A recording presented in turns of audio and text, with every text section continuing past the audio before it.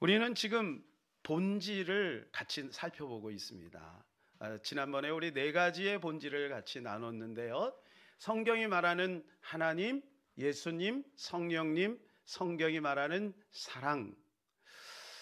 우리가 살면서 많은 중요한 것들이 있지만 무엇보다도 삼위일체 하나님 그리고 사랑은 참으로 우리에게 본질 중에 본질인 것을 말씀을 통해 살폈습니다. 자, 오늘은 생명에 대해서 같이 나누려고 합니다. 사랑하는 여러분, 생명은 그 무엇보다도 우리 인생에 있어서 가장 가치 있는 본질이 아니겠습니까? 예수님도 이 생명에 대해서 이렇게 말씀을 해주셨어요. 마태복음 16장 26절, 사람이 만일 온 천하를 얻고도 제 목숨을 잃으면 무엇이 유익하리요? 사람이 무엇을 주고 제 목숨을 바꾸겠느냐? 당연한 거 아니겠습니까? 온 천하를 다 가진들, 알렉산더가 온 천하를 다 가졌잖아요. 근데 30대에 세상을 떠났어요. 좋으십니까? 부럽습니까? 온 세상을 다 가져도 목숨을 잃으면 무슨 소용이 있겠느냐? 여기서 이 목숨은 어떤 목숨일까요? 예수님 말씀하시는 목숨은 우리 육신의 목숨일까요? 이 문맥상 보게 되면 이 예수님 말씀하신 이 목숨이라고 하는 것은 영생을 말하는 것입니다. 이 땅에 살면서 부귀영화를 뚱뚱 누리고 뭐 또 교회 다니면서 나름대로 성공을 하고 높은 지위에 오르기도 하고 하나님의 축복을 많이 받은들 영생을 취하지 못하면 무슨 소용이 있겠느냐? 주님이 우리에게 이렇게 반문하고 있는 것입니다. 한마디로 말하면 영생, 천국을 얻은 자가 있고 천국을 얻지 못하는 자가 있다. 좀 더 구체적으로 들어가면 천국 갈 자와 지옥에 갈 자가 있다라는 것을 말해주고 있는 것이죠. 그래서 오늘 본문에 분명히 이렇게 말씀을 해주고 있어요. 38절, 같은 세상이요 좋은 씨는 천국의 아들들이요 가라지는 악한 자의 아들들이요. 천국의 아들들이 있고 악한 자의 아들들이 있다. 천국의 아들들은 당연히 천국에 가겠지만 악한 자의 아들들은 어디로 갈까요? 지옥에 간다는 것이죠. 지옥에 간다. 근데 이게 언제 구별이 되냐 하면 지금은 잘 모른다는 거예요. 알곡과 가라지는 겉으로 봐서는 잘 모른다. 겉으로 잘. 이게 세상 끝에 가야 구별이 되는 거예요. 세상이 끝에. 40절입니다. 그런즉 가라지를 거두어 불에 사르는 것 같이 세상 끝에도 그러하리라. 언제요? 세상 끝에. 그러니까 세상 끝에까지는 기회가 있으니 우리가 가라지가 되지 말고 알곡이 되어라라고 주님이 권면하고 있는 말씀 아니겠습니까? 알곡과 가라지는 겉으로 보면 눈에 비슷합니다. 한번 사진을 보시면은요, 너무 작아서 좀 크게 한번 띄워줘 보시면 가라지나 볼이나 밀이나 보리 알갱이나 밀 알갱이나 가라지나 얼핏 봐서는 잘 몰라요. 비슷해요. 근데 여러분 우리 같으면 어떻게 해요? 미리 다 뽑아버리면 좋잖아요. 근데 그냥 두어라. 그냥 두어라. 추수 때 그때 가서 뽑아라. 이렇게 말씀하고 있는 것이에요. 근데 여러분, 사랑하는 여러분, 그때 가면 늦어요. 그때는 가라지는 뽑아가지고 불쏘시개를 쓰는 거예요. 불못에 던져버리는 거예요. 지옥에 가는 거죠. 알곡만이 모아서 천국에 들어가게 되는 것이죠. 42절 43절 불불에 던져 넣으리니 거기서 울며 이를 갈게 되리라. 어떻게 한다고요? 울며 이를 갈게 되는 거예요. 그러나 반면 알곡은 어떻게 돼요? 그때 의인들은 자기 아버지의 나라에서 해와 같이 빛나리라. 귀 있는 자는 들으라. 사랑하는 여러분, 우리는 천국에서 해와 같이 빛나는 축복이 있게 될 것을 믿습니다. 아멘, 아멘. 이것을 누가 하느냐 하면은 추수하는 사람이 알아요. 추수를 누가 하냐면은요, 농부가 보낸, 그러니까 하나님이 보낸 천사 추수꾼들이 알아요. 추수꾼들은요 딱 보면 구별이 돼요. 아, 이거 알곡, 요거 가라지 해서 딱 구별을 해요. 딱 구별을. 근데 성경에 보면 이게 자동으로 구별이 된대요. 자동으로. 그래서 알곡은 모아서 천국에 들어가고 가라지는 영원한 불에 들어가게 되는 것이죠. 41절을 보겠습니다. 인자가 그 천사들을 보내리니 그들이 그 나라의 모든 넘어지게 하는 것과 또 불법을 행하는 자들을 거두어 내어. 여기에 보면 가라지의 특징이 나와 있어요. 자, 겉으로 보면 잘 모르는데 현상적으로 가만히 들여다보면 그 가라지가 뭔가 특징을 가지고 있다는 거예요. 그 특징이 뭐냐 하면 두 가지인데요. 넘어지게 하는 것, 그리고 불법을 행하는 자. 요 특징이 있는 거예요, 가라지가. 그러니까 이게 겉으로 딱 드러난, 요즘에 우리가 잘 아는 JMS, 정명석 같은 사람. 모양은 뭐 기독교 언어를 쓰고 뭐 은혜도 얘기하고 천국도 얘기하고 구원도 얘기하지만 모양은 꼭 알곡 같은데 이미 구별이 돼버렸어요. 일반 사람들도 압니다. JMS가 이단이라는 거. 옛날에는 매스컴에서 그냥 두리뭉실하게 해서 많은 사람들이 헷갈렸지만 너무 사악하니까 이제는 아예 딱 구별이 돼버렸어요. 여러분, 정명석과 정명석을 따라다니는 사람들은 회개하지 않고 돌이키지 않으면 다 지옥에 갑니다. 다 지옥에 갑니다. 진정한 우리의 구원자 되신 예수 그리스도를 믿어야 우리는 구원을 받게 될 줄로 믿습니다. 예. 그들은 이제 드러났어요. 그런데 이제 문제는 뭐냐 하면 나와 우리 주변에 있는 사랑하는 사람들이 알곡이냐 가라지냐 이겁니다. 사랑하는 여러분, 저와 여러분은 알곡인가요? 가라지인가요? 알곡입니까?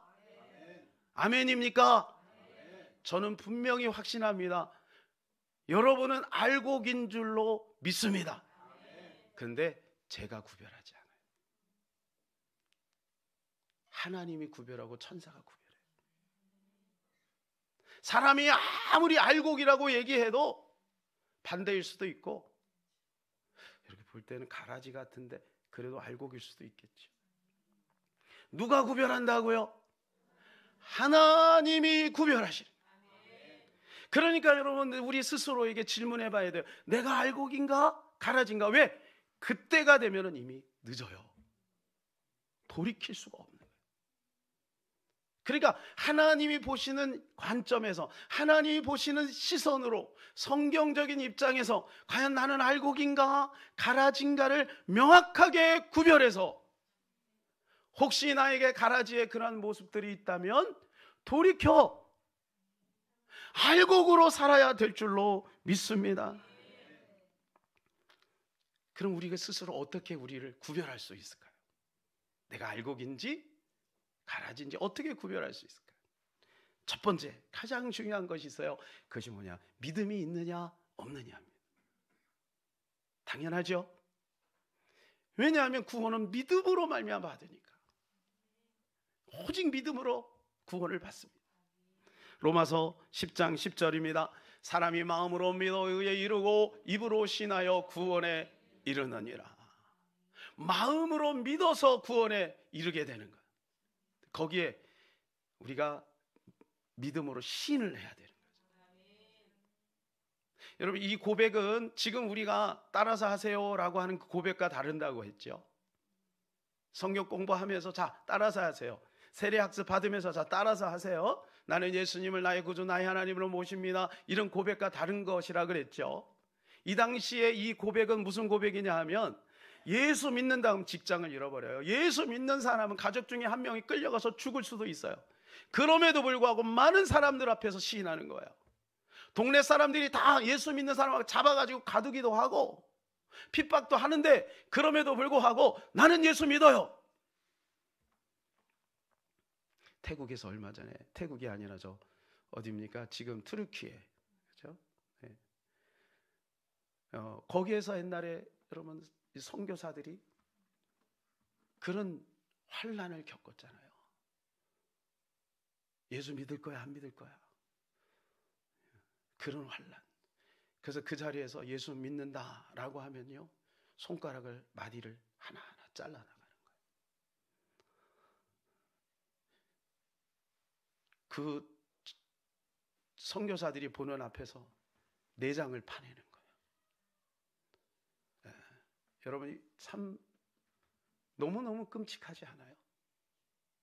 초대교회 성도들은 자기의 모든 생명을 내려놓고 카타고에서 300년 이상을 살았어요. 빛도 없는 캄캄한 곳에서 300년을 그 다음 세대 그렇게 300년을 살았어요. 믿음 하나 지키려고, 신앙 하나 지키려고. 바로 그런 고백이에요. 그러므로 두 번째, 우리 스스로를 구별할 수 있는 것이 뭐냐 하면, 내가 듣고 행하고 있느냐, 듣기만 하고 있느냐. 듣고 행해야 진정한 믿음이다라는 거죠.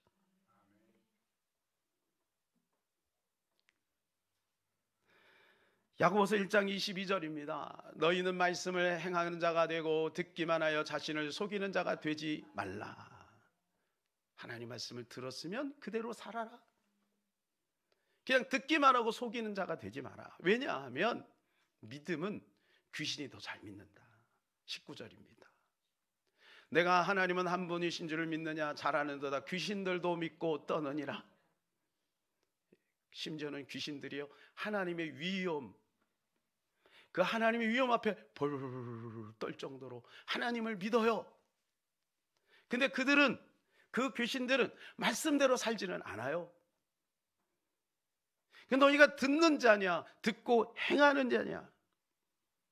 그래서 예수님이 이렇게 말씀하고 계시죠. 마태복음 7장 21절, 나더러 주여 주여 하는 자마다 천국에 들어갈 것이 아니요 다만 하늘에 계신 내 아버지의 뜻대로 행하는 자라야 들어가리라. 아버지의 뜻대로 행하는 자만이 들어간다는 거예요. 그럼 도대체 믿음하고 행하는 것은 무엇이냐? 사랑하는 여러분, 믿는 자는 행하게 되어 있어요. 당연한 건 아니에요? 믿으니까 따르는 거죠. 하나님을 신뢰하니까 말씀대로 사는 거죠. 안 믿는데 어떻게 따르겠어요? 그러니까 당연히 믿는다라고 하는 것은 그대로 사는 것을 말하는 거예요. 그러니까 믿는다라고 하는 것은 동의를 뛰어넘어 한 단계 더 나가야 돼요. 동의하는 것에 더 나가야 돼요. 동의하는 것이 믿는 게 아니고 동의하는 것에서 더 나가야 돼요. 제가 전에 이 썩은 동아줄 이야기를 했습니다. 그죠? 하늘에서 썩은 동아줄이 내려왔습니다. 이게 가짜지요. 공중권세 잡은 악한 마귀가 내린 동아줄. 이 동아줄이 무엇입니까? 바로 뭐예요? 내가 신앙생활 해가지고 성공했어요, 잘 됐어요, 뭐 축복을 얻었어요, 뭐 이러한 것들, 이거 바로 썩은 동아줄이에요. 이 썩은 동아줄을 만지면 안 된다. 이거 붙들고 있으면 죽어요. 그래서 진짜 동아줄을 발견했어요. 진짜 동아줄. 저거 붙들어야 살아요. 저게 생명줄이에요. 이게 생명줄이에요. 그러면 이제 이야기야. 이 썩은 동아줄을 붙들고 있는 사람들에게 이야기. 여러분, 이거 붙들고 있으면 끊어집니다. 죽습니다. 이거 만져야 됩니다. 이거 붙들어야 됩니다. 그러면 여기 붙들고 있는 사람이 뭐라 그러냐면 아멘, 아멘, 아멘. 동의합니다. 동의합니다. 그래 놓고 이거 안 붙들고 여전히 이거 붙들고 있는. 동의하는 게 믿음의 출발이긴 하지만, 그러나 여전히 이거 붙들고 있으면서 이거 안 붙들면 이거 끊어질 때 같이 죽는 거예요. 그러니까 동의하는 게 믿음이 아니고 갈아타는 게 믿음인 줄로 믿습니다. 갈아타야 되는 거예요. 갈아타야 돼요. 세 번째 뭐냐? 5대 제사의 정신을 따라야 된다. 우리 지난주에 레위기 때 5대 제사 배웠죠, 그죠? 그 다음 띄워주지 마시고 벌써 띄워줬어요. 참 성격이 급해요, 방송부. 네. 5대 제사 기억하시죠? 예, 뭐예요? 번제, 속죄제, 속건제, 화목제, 소제. 야, 잘 기억하시네요. 지금 우린 제사는 지내지 않아요. 그죠? 이제 보여주셔도 돼요. 제사는 지내지 않아요.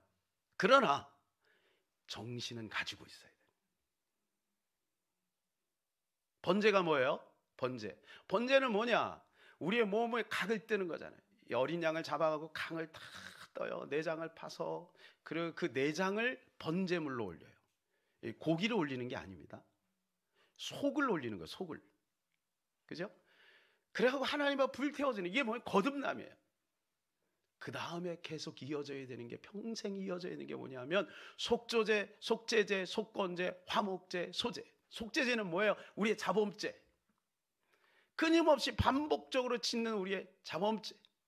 우리의 입술로, 마음으로, 눈으로, 귀로 계속해서 짓는 이 자범죄를 하나님 앞에 회개하고 또 회개해야 되는 거예요. 속건제는 뭐예요? 우리가 신앙생활 하면서 하나님의 은혜 속에 거하는데도 불구하고 그 은혜에 대한 우리가 어긋난 모습들, 특별히 물건에 대한 것을 말해주고 있는데, 그게 바로 신앙생활에서 잘못된 것들에 대한 회개입니다. 화목제가 뭐예요? 하나님과 화평을 이루는 거예요. 하나님과 화평을, 날마다 화평을 이루는, 하나님과 친밀감이 없이 기도응답은 없는 것입니다. 하나님과 하나가 됨이 없이 여러분 진정한 하나님의 축복은 힘든 거예요. 그러니까 화목제를 날마다 올려야 되는 거예요. 그 다음에 소제예요. 소제는 뭐예요? 곡식을 드리는 거잖아요. 양식입니다. 이 땅의 양식이 아니라 하늘의 양식. 이 땅의 양식을 하나님 앞에 드려서 하늘의 양식을 받는 거예요. 이게 바로 소제예요. 그러니까 우리가 제사는 지내지 않지만 이 정신은 가지고 있어야 되는 거죠. 예배를 드릴 때마다 우리는 번제, 소제, 속건제, 화목제, 소제를 같이 드려야 되는 거죠. 그리고 날마다 반복적으로 해야 되는 것이니 새벽마다 해야 되는 것이죠. 일주일에 한 번 드리는 게 아니라 새벽마다 해야 되는 것이죠. 아침에 큐티해야 되는 것이죠. 저녁에도 기도해야 되는 것이죠. 말씀과 기도 속에 거하려고 몸부림쳐야 되는 것이죠. 여러분, 이것이 바로 알곡의 모습인 거예요. 알곡의 모습. 은혜 안에 머물러 있는 모습. 이건 귀찮은 게 아니에요. 이걸 우선순위를 할 때 나머지 하나님이 우리의 모든 삶을 책임져 주시겠다고 성경은 누누이 강조하고 있습니다. 해보시는 자는 알고 해보지 않는 자는 그 축복을 누리지 못하는 거죠. 사랑하는 여러분, 성경대로 하나님을 온전히 믿고 따르시는 저와 여러분 되기를 축복합니다. 큰 두 번째로 우리는 천국과 지옥을 연구해야 돼요.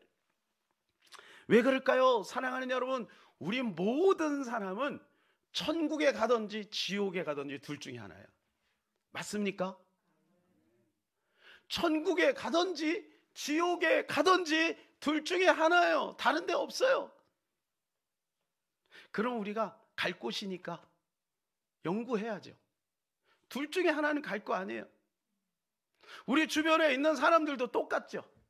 저 사람이 천국에 갈 사람인지 지옥에 갈 사람인지 일단 그걸 봐야죠. 저 사람 옷을 잘 입었대, 저 사람이 부자대, 그걸 차순이에요. 차순, 나중에 문제예요. 부모님을 바라볼 때도 우리 부모님이 잘해드려야죠. 해외여행도 보내고 맛있는 것도 사드리고 잘해야 되죠. 그러나 우리 부모님이 천국에 갈 분인지 그렇지 않는 분인지 확인해야 될 거 아니에요. 그래서 우리가 천국과 지옥을 연구해야 돼요. 둘 중에 하나입니다. 빛이냐 어둠이냐, 천사냐 마귀냐, 둘 중에 하나죠. 다른 거 있습니까? 그러면 천국은 어떤 것입니까? 성경에서 말하는 천국은 바로 이런 곳입니다. 첫 번째, 하나님의 영광과 어린 양의 빛으로 충만해요. 계시록 22장 23절. 하나님의 영광으로 어린 양의 빛으로 충만합니다. 두 번째, 어둠이 없고 밤이 없어요. 계시록 22장 25절. 어둠이 없고 밤이 없어요. 세 번째는 뭐냐? 새 예루살렘의 그 성과 금 벽옥으로 되어 있어요. 성과 같은 길은 맑은 유리 정금으로 되어 있어요. 그리고 성곽은 12기초석으로 되어 있어요. 보석으로 되어 있어요. 문은 진주로 되어 있어요. 계시록 21장 19절에서 21절. 여러분, 천국은 저렇게 너무너무 이 세상에서 한 번도 구경하지 않은 그러한 곳이 바로 저 천국입니다. 천국의 크기도 계시록에 분명히 말씀해 주고 있어요. 12,000 스타디온이래요. 12,000 스타디온. 이게 저기 좀 작아서 좀 크게 한번 확장해 보실까요? 네, 이렇게 돼 있어요. 12,000 스타디온. 이게 우리에게 피부가 와닿지 않아요, 그죠? 저렇게 정육면체로 되어 있거든요. 이게 상하 좌우가 동일해요. 딱 동일해요. 정육면체로 되어 있어요. 미국의 노스캐롤라이나에 가면 애쉬빌에 있는 조지 벤더빌트 2세가 지은 빌트모어 하우스가 있습니다. 한번 보여주세요. 여러분, 이게 세계에서 제일 큰 집이에요. 이 개인 집이에요. 궁전 같죠? 그 다음에 한번 보여주세요. 다른 각도에서. 이거 위에서 찍은 거예요. 이런 집에서 한번 자보고 싶지 않으세요? 예? 너무너무 멋있잖아요. 그죠? 예. 야, 근데 부럽지는 않아, 솔직히. 관리하려면 얼마나 힘들까? 근데 여러분, 이것보다 또 계산을 했어요. 어떤 분이 이 크기보다 천국이 얼마나 크냐면 313만 6천 배가 커요. 그러니까 걱정할 거 없어. 혹시 천국에 내 집이 없으면 어떡하나 걱정할 거 없어요. 우리 지구에 있는 모든 사람이 들어가도 충분히 내 땅, 내 집 다 질 수 있어요. 그만큼 천국이 커요. 예. 거기에는요, 눈물이 없습니다. 애통하는 것이나 곡하는 것이나 사망이나 질병이나 저주가 없어요. 그리고 거기에는 우리의 가족 단위가 없어요. 그래서 이제 형제님, 자매님, 사실 형제님, 자매님도 틀린 말이에요. 왜냐하면 거기에는 남녀 구별이 없으니까. 예, 남녀 구별이 없어. 근데 한 가정을 이루어요. 예수님이 우리의 신랑이 되시고 우리 모두가 신부가 되는 거예요. 예, 여러분, 그곳에 가고 싶지요? 할렐루야. 우리 같이 갑시다. 예, 근데 지옥은 어떤 곳인가요? 지옥, 꺼지지 않는 불못이 있어요. 영원히 세세 무궁토록 꺼지지 않는 불못. 마태복음 25장 22절. 그 불못에서 영원히 영벌을 받아요. 마태복음 25장 46절. 영벌을 받아요. 여러분, 한증막 가보셨어요? 여자분들 뭐 보니까 가평, 양평, 뭐 김포, 파주 이런 데 뭐 한증막 찾아다니대. 예, 그러면 저도 가봤어요. 가봤는데 고온, 중온, 저온이 있더구만요. 여러분, 어디를 서운하세요? 아, 여자분들은 세더라고. 저는 고온은 잘 못 들어가겠는데 막 여자분들은 고온에서 나오면서 시원하다 하면서 나오더라고요. 저도 고온에 들어가 봤어요. 근데 여러분 한번 상상해 보세요. 고온에 딱 들어갔는데 어떤 사람이 밖에서 문을 콱 잠궜다고 생각해보세요. 예? 문을 콱 잠궜어요. 어떨까요? 근데 지옥은 그 정도가 아니에요. 우리 몸에, 이 피부에 직접 닿는 뜨거운 불이 계속 끊임없이. 예수 안 믿는 사람들이에요. 여러분 걱정하지 마세요. 예수 안 믿는 사람, 거기서 영원히 고통을 당하는 거야. 영원한 고통이 있는 거예요. 그래서 예수님은 심지어 이런 말씀을 하셨잖아요. 너희 혹시 손, 발, 눈이 잘못하면 그걸 차라리 잘라버려라. 여러분, 자기가 자기의 팔을 어떻게 잘라요? 자기가 자기의 다리를 어떻게 잘라요? 자기가 자기의 눈을 어떻게 뽑아버려요? 그렇게 하고 차라리 장애인으로 살다가 지옥에 오지 않는 것이 나을 것이다. 여러분이 중요한 순간에 졸음, 마귀 쫓으시기를 바라요. 예, 마귀가 말씀 못 듣게 하는, 쫓으셔. 옆에 서로 도와주시면서 잘 들으셔야 돼요. 여러분. 이게 본질 아니겠어요? 온 천하 만국을 다 가져도 우리가 생명을 잃어버리면 무슨 소용이 있겠습니까? 무슨 소용이 있겠습니까? 그래서 예수님은 마태복음 18장 8절에서 9절에 이렇게 말씀하셨어요. 만일 내 손이 내 발이 너를 범죄하거든 찍어내버리라. 장애인이나 다른 자로 영생에 들어가는 것이 두 손과 두 발을 가지고 영원한 불에 던져지는 것보다 나으니라. 만일 내 눈이 너를 범죄하거든 빼어버리라. 한 눈으로 영생에 들어가는 것이 두 눈을 가지고 지옥불에 던져지는 것보다 나으니라. 사랑하는 여러분, 여러분은 천국에 가고 싶으세요? 지옥에 가고 싶으세요?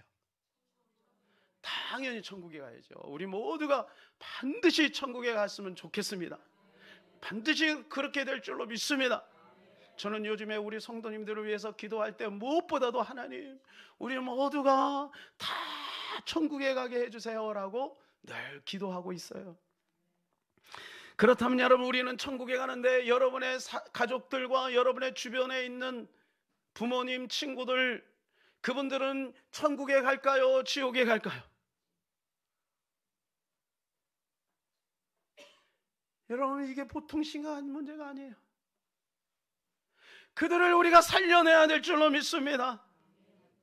그들을 살려내야 되는 거예요. 이번에 4월 23일 날 여러분, 우리 그 정신으로 하나님, 저 영혼들을 살려주세요. 우리가 애끓는 마음으로 기도하면 하나님이 문을 열어주실 줄로 믿습니다. 하나님 꿈속에서 들어가서 막 하나님, 이따가 제가 말씀드리긴 꿈으로도 역사하시고 관계 속에서 역사하시고 여러 가지 작은 사건들을 통해서 마음이 움직여져서 하나님께로 나와 말씀을 듣고 구원받는 역사가 나타나게 될 줄로 믿습니다. 문제는 뭐냐? 내가 그런 의도를 가지고 있어야 돼요. 내가 하지 않으면 누가 합니까? 내가 하지 않으면 누가 합니까? 알아서 하나님이 하시나요? 그러면 사도 바울은 왜 필요한 겁니까? 예레미야는 왜 필요한 겁니까? 이사야는 왜 필요한 겁니까? 하나님이 다 알아서 한다면 그들은 필요가 없어요. 하나님이 다 알아서 할 건데, 하나님이 전도에 미련한 것을 통해서 한 생명을 건지기를 기뻐하신다 그랬어요. 우리가 금식하고 철야하고 눈물로 찾아가서 말씀을 전하고 그냥 붙들고 우세요. 붙들고 우세요. 제가 옛날에 전도할 때 그런 모습들이 있었어요. 막 붙들고 운 거야. 막 너무 간절하니까 붙들고 막 울었어요. 그냥 마지못해서 예수를 영접하더라고요.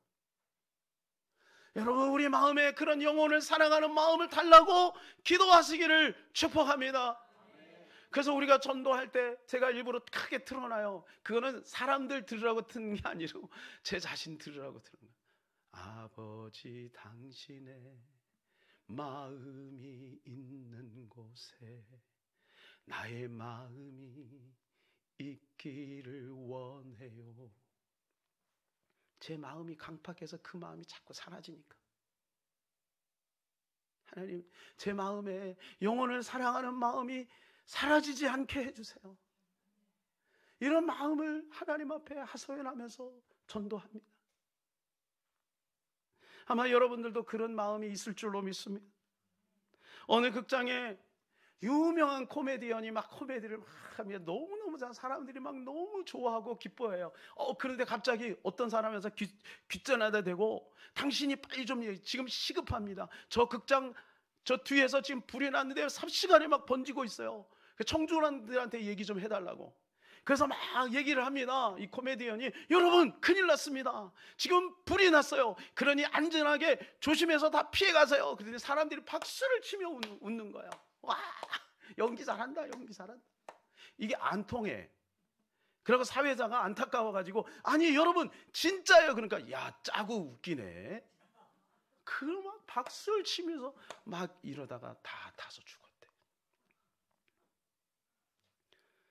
너무나도 많은 사람이 천국과 지옥의 이야기를 농담으로 여긴다는 거 아니겠어요? 농담으로 여긴다.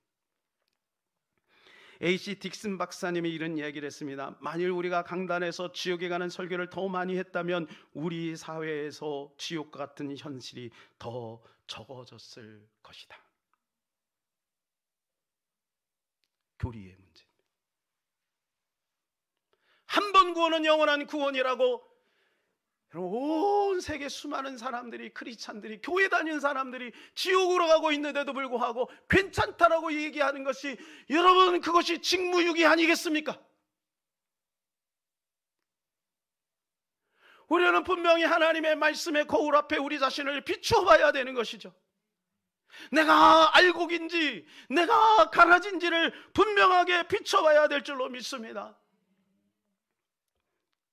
그렇다면 세 번째, 어떻게 우리가 생명을 얻을 수 있을까요? 당연히 우리는 믿어야 합니다.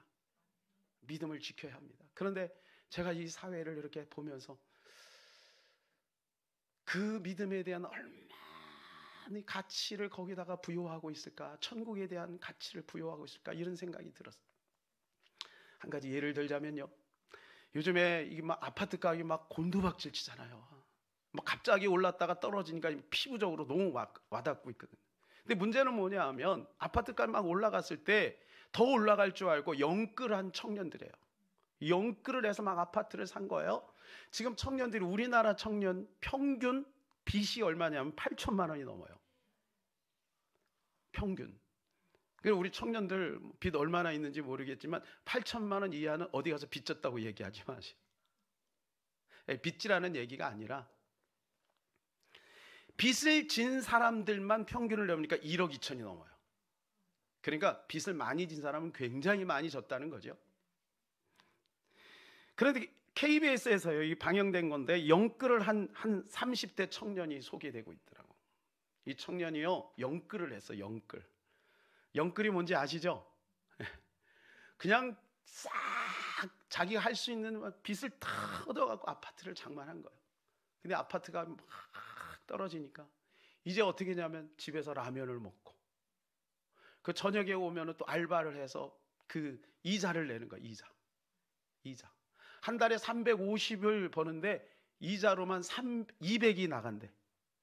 그렇게 지금 사는 거예요. 얼마나 딱한지. 그래서 깡통 전세라는 게 생겼잖아요. 여러분, 깡통 전세가 뭐냐면, 제가 나름대로 연구한 건데 맞는지 모르겠어요. 이 깡통 전세가 뭐냐면, 집을 팔아도 전세 보증금보다 못한 거예요.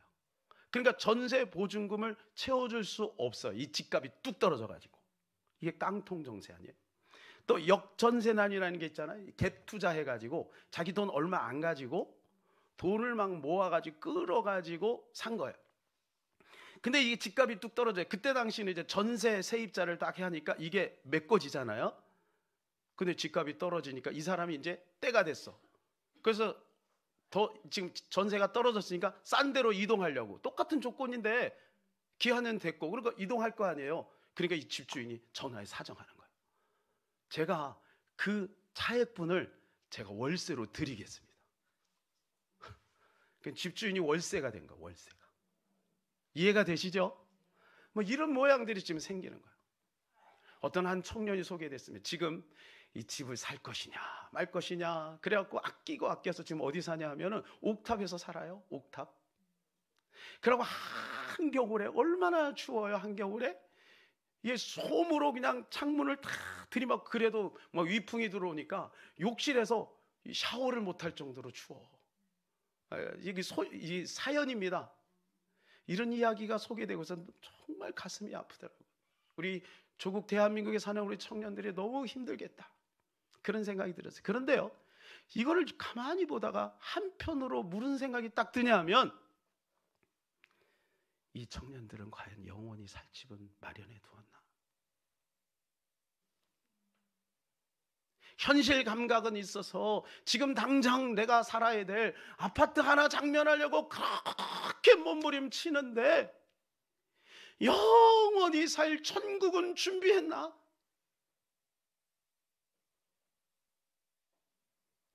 사랑하는 여러분, 우리 젊은이 청년들이요, 무엇보다도 우리가 먼저 준비해야 될 본질은 영생인 줄로 믿습니다. 뭐 그거 한다고 여러분 아파트 못 갖는 거 아니고, 성공 못하는 거 아니고, 우리가 하나님 안에서 먼저 해야 될 것이 있고 나중에 해야 될 것이 있지 않겠습니까? 그래서 우리는 먼저 해야 될 것을 해야 됩니다. 그래서 오늘 본문에 보게 되니까 여러분, 천국을 발견한 사람은 어떻게 한다고요? 밭에 비유하잖아요. 그래갖고 어떻게 해요? 자기 소유를 다 팔아가지고 그 밭을 사는 거예요. 또 진주에 비유하잖아요. 자기 소유를 다 팔아서 그 진주를 사는 거예요. 그 진주가 천국이니까. 우리에게 알아듣게 예수님이 설명하는 거예요. 그러니까 우리가 천국을 준비하는데 그냥 나 예수 믿으니까 됐지 뭐, 이렇게 하면 안 되는 거예요. 여러분, 우리가 가지고 있는 최대한 모든 것을 다해서, 마음을 다하고 뜻을 다해서 그 나라를 준비해야 되는 것입니다. 준비했던 자도 못 들어가잖아요. 미련 5처녀 보세요. 얼마나 준비했어요. 밤새 기다리다가 잠깐 졸았는데 그 사이에 들어왔는데 기름이 부족해서 못 들어가잖아요. 근데 아예 개념 자체가 없고 아예 그냥 나는 당연히 천국 간다라고 생각하고 있는 그 사람이, 메타인지가 안 된 그 사람이 과연 주님이 오실 때 천국에 갈 수 있겠습니까?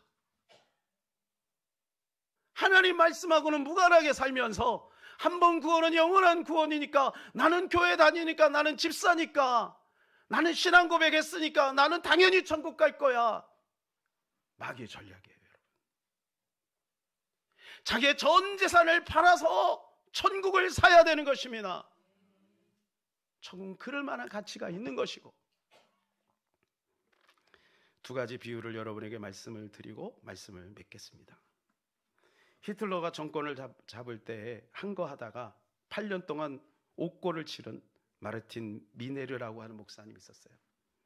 8년 동안 거기서 얼마나 죽을 고생을 했겠어요. 그리고 거기서 이제 추록을 해서 이제 전쟁 백서라고 하는 책을 쓰셨어요. 근데 전쟁 백서에 나오는 이야기예요. 이분이 7번에 걸쳐서 띄엄띄엄 똑같은 꿈을 꿨어요. 하나님 보좌 앞에 딱 쓰니까 심판대 앞에 쓰는 거예요. 많은 사람들이 하나님 앞에 자기 죄가 드러나잖아요. 그러니까 너무 죄송해서 가면서 하나님 앞에 울면서 자기 죄를 고백하는 거예요. 그냥 앞만 보고 가는 거죠. 근데 한 사람이 자꾸 뒤를 돌아봐요. 자꾸, 아니 왜 뒤를 돌아볼까를 보니까 그 뒤를 돌아보는 사람 히틀러예요. 그때 하나님께서 그 미네르 목사님에게 이렇게 말씀하셔요. 히틀러가 이렇게 된 것은 바로 내 책임이다. 내가 8년 동안 히틀러 정권에 대해서 한 거는 했지만 한 번이나 그에게 전도했느냐? 내가 히틀러에게 전도했더라면 그가 무서운 폭군이 되어 전쟁을 일으키지 않았을 것이 아니냐? 전쟁을 일으킨 죄값이 바로 내가 전도하지 않은 데 있다. 그렇게 하나님이 책망을 하시는 거예요. 그는 꿈에서 깨서 하나님 앞에 회개하는, 하나님 이 전쟁의 책임은 바로 나에게 있습니다. 그래서 쓴 책이 전쟁 백서예요. 히틀러 보고 전도하라 그러면 쉽지 않을 겁니다. 김정은이 여기 있는데 그 김정은을 미워하는 사람이 어떻게, 지금 그 히틀러 때문에 내가 8년을 옥고를 치렀어. 김정은 때문에 우리 가족이 다 죽었어. 근데 김정은한테 어떻게 복음을 전할 수 있겠어요? 우리는 그렇게 할 자신은 없어요. 그러나 우리가 사랑하는 친구들, 우리가 사랑하는 가족들에게는 복음을 증거할 수 있는 줄로 믿습니다. 그런데 문제는 우리가 그들에게 복음을 전하지 않으면 주님이 나중에 핏값을 우리에게 찾는데요. 예레미야에 나오죠. 파수꾼이 나팔을 불었는데도 불구하고 그가 피하지 않으면 핏값이 그에게 있다. 그러나 파수꾼이 나팔을 불지 않아서 그가 피를 흘리면 그 핏값이 파수꾼에게 있다. 파수꾼이 누구예요? 바로 우리잖아요. 그래서 우리가 전도하는 거예요.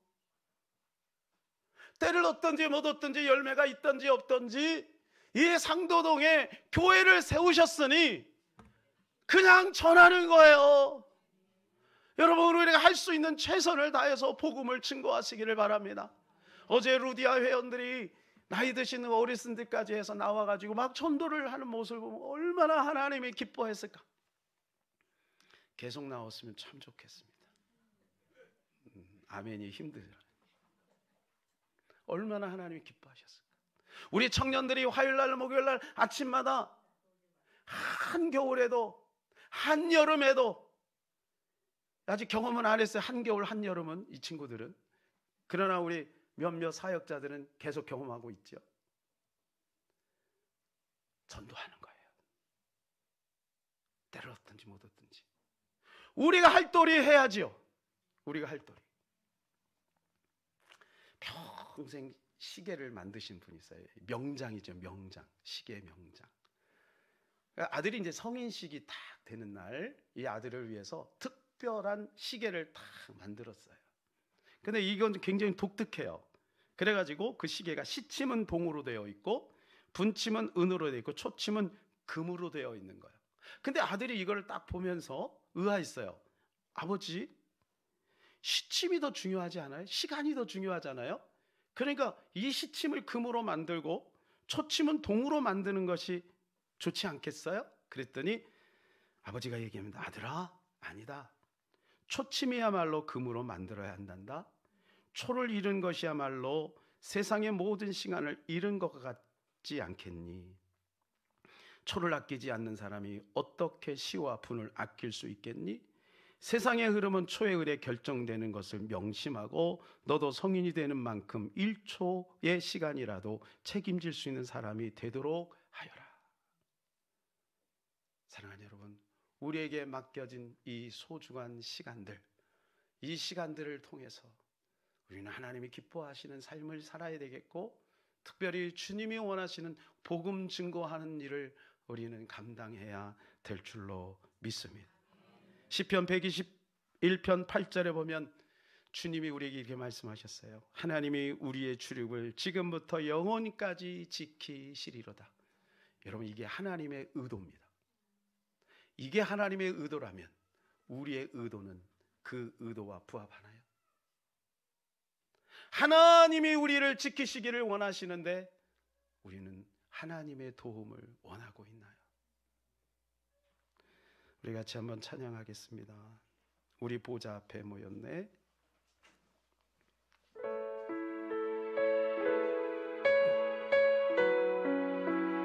우리 다 그 자리에 일어나셔서 같이 찬양하기를 원합니다. 구원하심이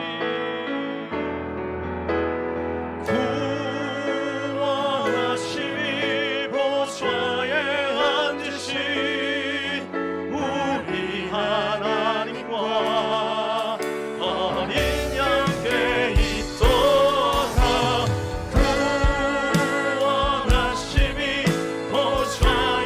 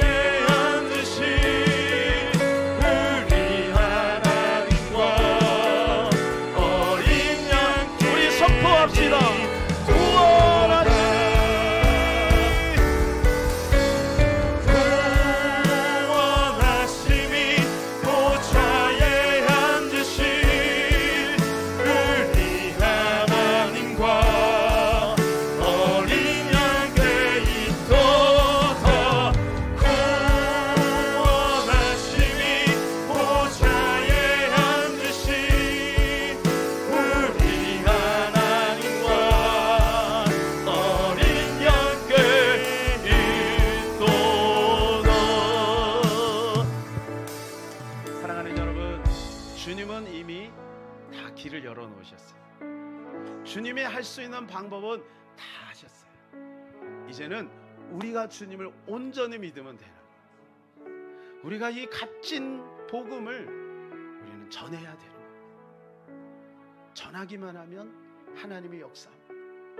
이 시간에 우리 같이 하나님 앞에 기도할 때 하나님을 찬양합니다. 나를 알곡으로 삼으신 하나님을 찬양합니다. 날마다 그 안에 거하게 하여 주시옵소서. 복음 안에 거하게 하여 주시옵소서.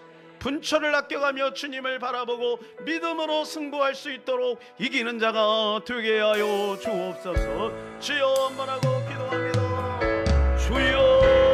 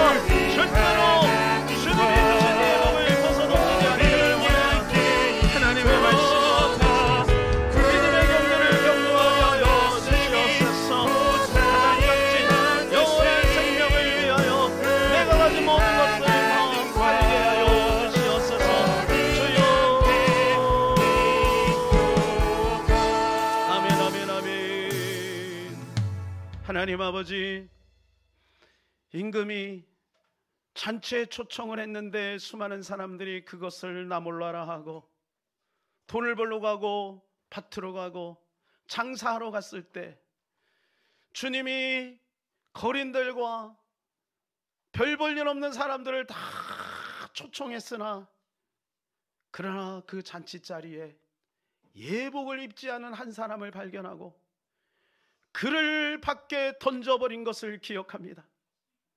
이미 하나님의 은혜 안에 있음에도 불구하고 예복을 벗어 던지는 어리석은 우리가 되지 않기를 소원합니다.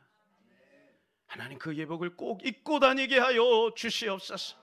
예수님 붙들고 살게 하여 주시옵소서. 우리 주 예수 그리스도의 이름으로 기도합니다. 아멘.